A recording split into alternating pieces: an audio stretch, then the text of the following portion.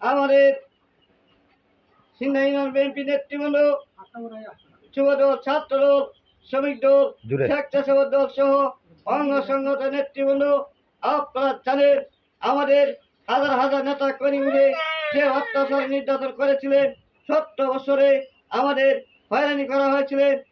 আমি বলতে চাই, আগামী দিনের বাংলাদেশ জাতীয়তাবাদী দলকে এই দেশের আবার প্রধানমন্ত্রী দেশ নেত্রী বেগম খালেদা জিয়া আবার হবে।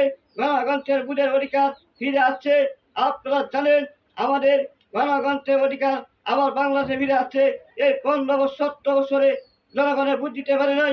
আপনারা জানেন আমাদের ইতিহাসে আমাদের অনেক নেতা কর্মীদের নেতৃত্বগুলো জেলা বিএনপির আহ্বায়ক আনোয়ার ডাক্তার সাহেবের নেতৃত্বে দুর্দিনের কান্দারি ছিলেন, দলের হাল ধরেছিলেন, এই দলকে মদত করাচ্ছিলেন। আপনারা জানেন আগামী দিনে আমাদের দুর্দিনের 10টা লোক পাওয়া নাই।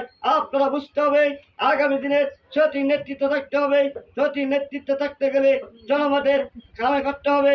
আপনারা বুঝতে হবে আমাদের ভোটার অধিকার আছে। আমাদের এরা নিজেরা চিল দিয়েছিলেন।